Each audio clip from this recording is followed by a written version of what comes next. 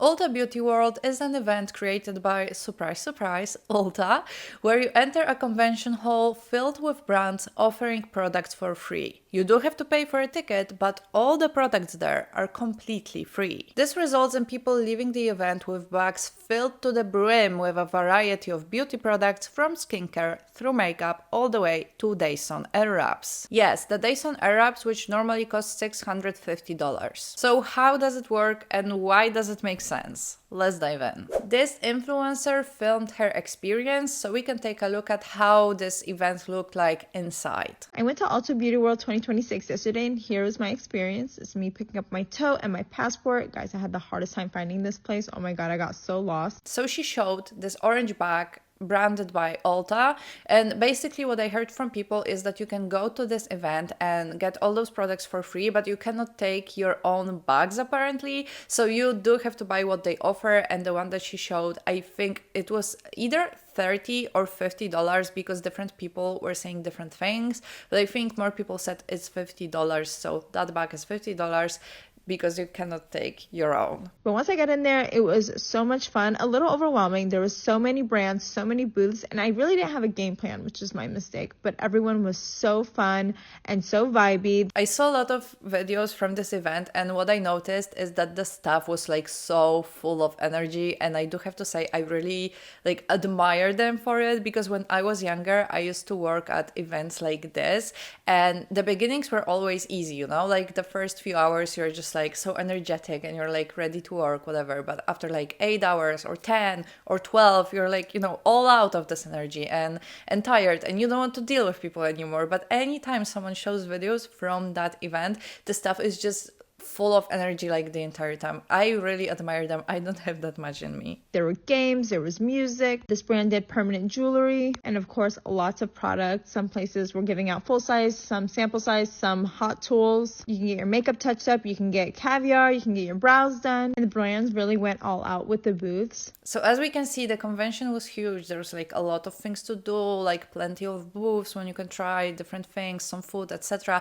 I saw people saying that they spent the entire day there, so definitely like it was a great event for people who went there. When I got inside the convention center, I picked up my Ulta tote bag and passport for brands to stamp, and picked up my roller bag. So again, she has this bag that you could buy while buying your ticket, and then she also talked about the passport. So the passport, basically what it was is that you would go to brands and they would stamp it when giving you the free product, so you know you wouldn't go back to the same brand several times to keep getting like more products out of them. And this creator also showed like the different booths that were there. One booth had a fortune teller, another showed how the product worked on your skin in real time, and a couple of booths actually had people engraving your name on the products that they handed out to you, which was really cool. There were a ton of games to play, and while I sucked at most of them, I actually won the one that probably mattered the most, which was at the Dyson booth, a whole Dyson Airwrap, which has been on my wish list for years. So this is basically how the Dyson Airwrap giveaway worked. It's not like everyone got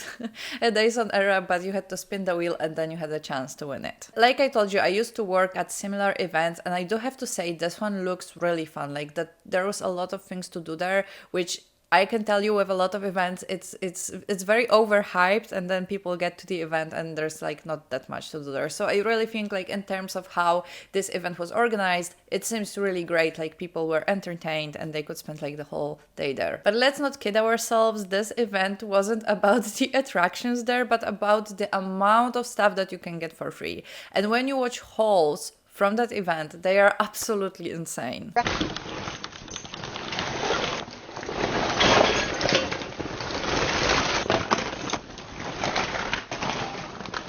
This was how much stuff just one person brought from there. Just one person. Can you imagine this much free stuff? So my sister went to Ulta Beauty World yesterday, and I have literally never seen this many products in my life. Like this is a literal room filled with products. That's how crazy it was. I don't have to sit here and tell you that there's no way that one person would use up all of this. Like the amount of it that is going to go to waste is absolutely insane. I know that some people are going to like share it with their friends and family. The influencers that went there are probably going to do some giveaways.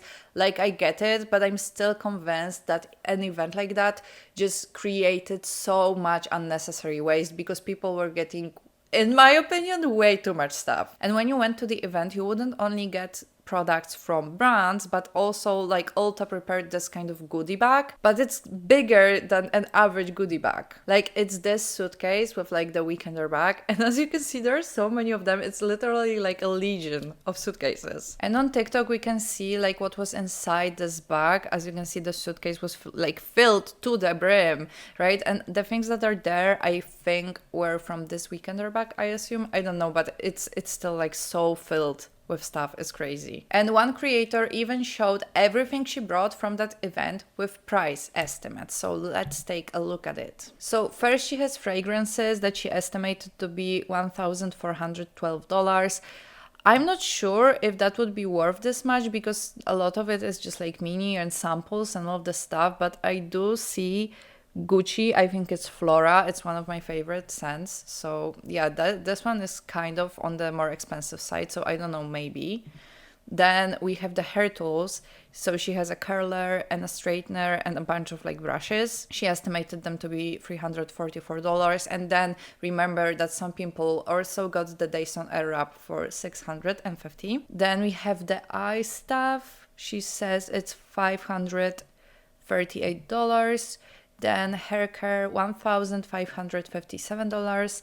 Is it possible? I think it is possible. I mean, I see Olaplex, for example, that I know.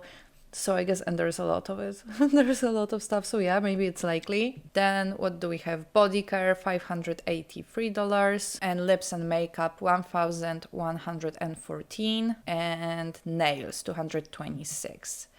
Oh, and healthcare, what is that? Oh, tampons? Okay, that's $80 worth of stuff according to her. I don't know, I think this might be a bit of an overestimation, but it's still clearly like a lot of stuff. But something people were pointing to in the comments, I don't know if it was this video or not, I think not this one, but anyway, there are no palettes, no eyeshadow palettes, nothing bigger, even though like it is a lot of products, but especially with makeup, it's like mostly lips stuff. And then with eyes, where is it?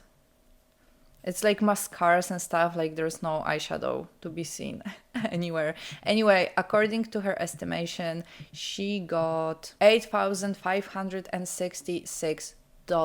And mind you, she didn't get the Airwrap. Like, I'm kind of hang on it because I would love an Airwrap, but when I see the price, I'm like, no, I'm not getting it ever. And I think it's very important to mention here that the tickets were $160. So I don't think that's a lot. I mean, yeah, for some people it's a lot of money, and there are a lot of people who wouldn't be able to afford to go there. Like, I get it, but compared with the amount of stuff you get, I think $160 isn't that much of an elevated price. And yeah, you probably would have to buy the bag for another $50, so it would be closer to like $200. So yeah, I get it. It's not like the cheapest, but given how much stuff you get, I think this isn't like the worst price. But it's only that price for people who live around, right? Because I saw a lot of people talking about how they were going to fly to this event. So if you take into consideration the cost of a flight and then probably like renting a hotel for a night or two, obviously the price is bigger. There was one girl on TikTok who showed her price estimation for like flying there for this event, and she said it was around $1,200. So obviously like now we have a bigger difference.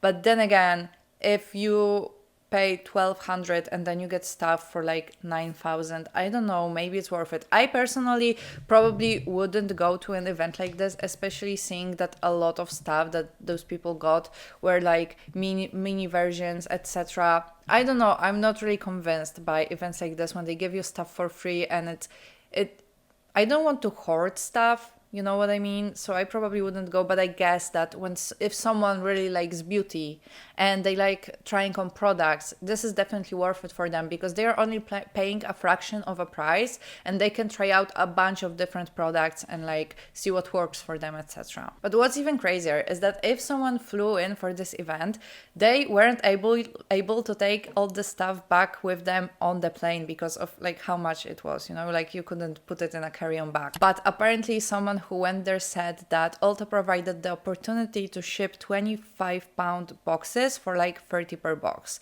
So they really thought of everything. However, it makes me question how this is profitable for the brand because the tickets are only $160. So that's not a lot compared with how much free stuff they were giving away. And, you know, they had to pay for the venue, all of this stuff. So obviously, during this event, like the brands didn't make any money, right? Like it wasn't like the tickets were enough to cover all of the costs. And it just really makes me wonder if this type of advertising is worth it for the brand. Because obviously right now we are seeing TikToks that are going viral because of the sheer amount of stuff that people were getting from there, but still, like, they gave away so much free stuff and they didn't make any money. I think it might have been more about getting people hooked on the product, so they get like the first one for free, they start using it, etc., and then it becomes part of their routine. Maybe they recommend it to friends and family. So that was probably what it was all about. There were obviously also a lot of influencers invited to this event because I think the brands were hoping that they were going to post about their brand, their product, etc. So, you know, maybe it makes it worth it. But I still think that we must be overpaying like crazy in stores if they have no problem giving this much stuff away for free. But to me, it honestly kind of discourages me from buying any of those products because, you know, I didn't go there. I didn't try the products. I just saw a bunch of brands giving stuff away for free, and then I go to the store and it like costs sometimes, you know, a lot of money. Some of those products are very expensive. Some aren't expensive, but I would say they are like too expensive for the product. You know what I mean? Like the price doesn't match the quality of the product. So seeing that they are giving it away for free so like easy, I just feel like, why would I pay for it if they are just like giving it away to people in exchange for nothing really? But then again, maybe the goal wasn't to advertise to people online, but just to get the people who went there like hooked on the products.